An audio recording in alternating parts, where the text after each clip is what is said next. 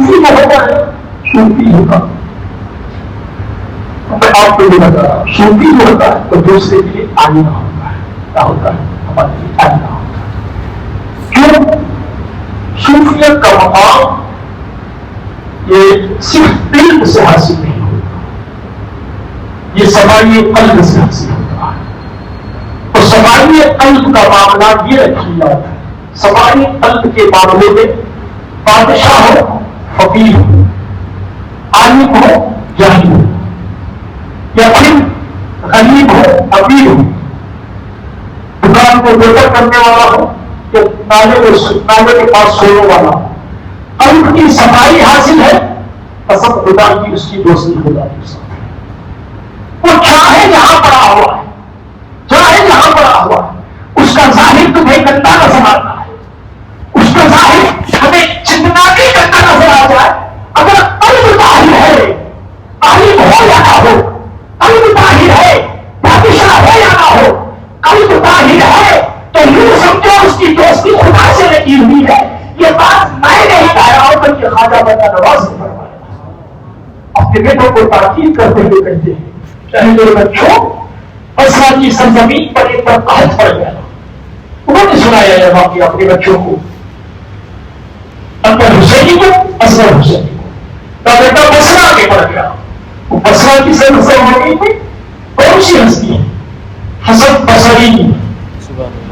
حسن بصری جن کا نسب علی سے، تو وہ بزرگ وہاں رہتے ہیں اور ان کے علاوہ بڑے بڑے کافی بزرگ رہتے تھے. اس میں سے مالک بن دینار اس وقت وہاں رہتے تھے بصرہ کی سرزمین پر. تو وہ یہ دعائیں کی یا اللہ بارش نہیں، بارش برسا، بارش برسا، بارش نہیں. حضرت مالک بن دینار کہتے ہیں کہ وہ مسجد میں گیا، نماز سے فارغ ہو کر بیٹھا، میرے بدن میں جگہ خالی تھی.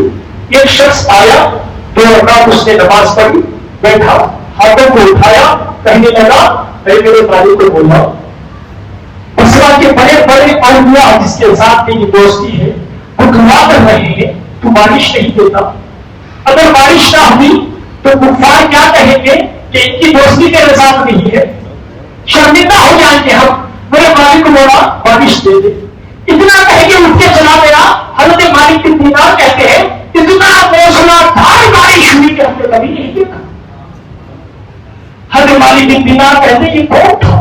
میں پیچھے پیچھے چلا، پیچھے جاتے جاتے دیکھا یہ گھر میں داخل ہوا. میں بارش کی وجہ سے اس کے گھر میں نہیں گیا، ٹھہر گیا. دوسرے دن آیا، گھر دیکھ کے گیا تھا.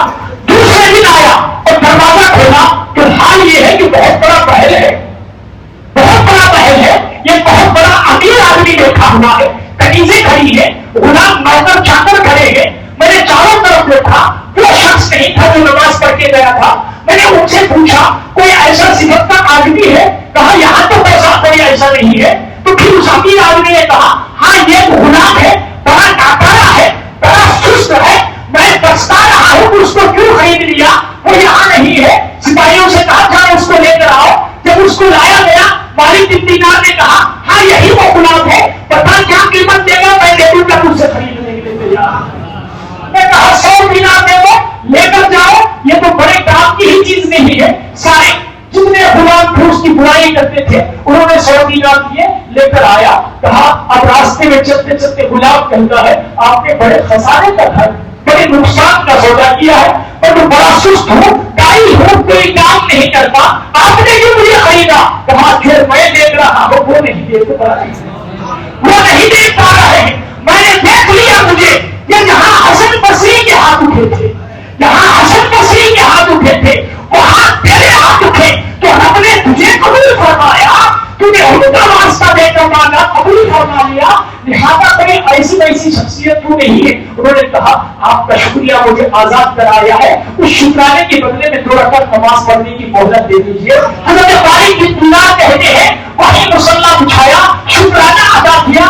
آخری رکعت جیسے ہی تشہد کے لیے بیٹھا، سلام پھیرا، روح نکل گئی.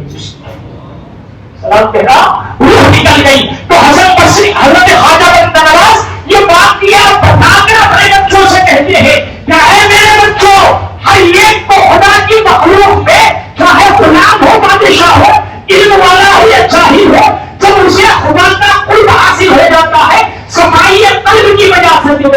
دوست بن جاتا. پھر خدا یہ نہیں دیکھتا کہ علم رکھتا ہے یا نہیں, اللہ علم دے دیتا ہے. پھر یہ نہیں دیکھتا کہ وہ بادشاہ ہے یا نہیں, اللہ اسی کائنات کا بادشاہ بنا دیتا ہے. پھر یہ نہیں دیکھتا امیر ہے یا نہیں, اللہ ساری کائنات کی دولت اس کے کمروں میں ڈال دیتا ہے. کہا بندر آواز نے, اے میرے بیٹو, تم دولت کے پیچھے مت بھاگو, تم شہرت کے پیچھے مت بھاگو, بادشاہ ہونے کے مت پیچھے بھاگو. اگر تمہیں بھاگنا ہے تو صرف یہ چیز کے پیچھے بھاگنا ہے, وہ صفائی قلب کے پیچھے بھاگنا. اگر وہ ساتھ ہوگا تو سب کے خدا کے ساتھ تمہاری دوستی بن چکی ہے.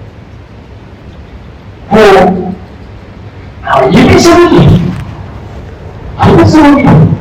اگر کوئی شخص نمازی پابند ہے, نماز کا پابند ہے, تہجد گزار ہے, رات کو بیدار ہوتا ہے, تہجد گزار ہے, تو کبھی یہ نہ سوچے اپنی عبادت کے حضور میں, یہ نہ سوچے کہ میں سب سے اچھا ہوں, میں اعظم ہوں. نہیں, ایسا بھی ہو سکتا ہے خدا کی مخلوق میں کئی لوگ ایسے ہیں جن کی عبادتیں کم ہے لیکن دوستی پکی ہے خدا کے ساتھ, پکی ہے خدا کے ساتھ.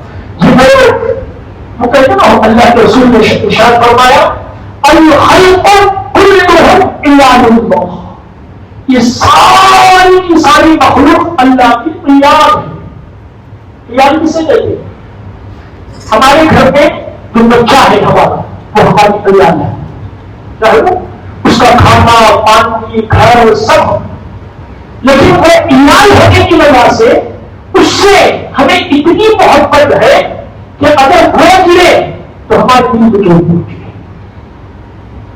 ایک چیز بتائیں بس, وہ گرے تو چوٹ اس کو پہنچے, ہمیں پہنچے. اگر اس کو درد ہو, تکلیف ہمیں ہو. ہاں بس اتنی سمجھنا ہے, سمجھ اتنی رکھو, یہ ساری مخلوق جتنی ہے خدا کی, یہ ایک وجود ہے. یہ کیا ہے؟ وجود ہے. اگر اس مخلوق سے بے انتہا پیار ہے, کسی کو کاٹا بھی چھپ جائے ہمیں یہاں خبر ہو جائے, کسی کو تکلیف پہ آ جائے ہمیں خبر ہو جائے. درسگاہ میں بیٹھ کر حضور غوث اعظم نے اپنے جبے کے اندر ہاتھ ڈالا, کشتی کو بچایا اور جبے سے ہاتھ نکالا تو پانی کے تر رہا. مریدوں نے پوچھا, سرکار یہ کیا ہے؟ کہا کشتی ڈوب رہی تھی, بچا لیا. تو بغداد میں ہے, کشتی سمندر میں ہے, پتا کیسے چلا, پتا کیسے چلا, پتا کیسے چلا کہ وہ مخلوق ایک وجود میں سما گئی. اگر کاٹا ہمیں پیر بھی چکتا ہے, درد کہاں ہوتا ہے؟ پورے جسم میں درد ہوتا ہے, ہمارے دماغ میں گھڑبڑی بچ جاتی ہے.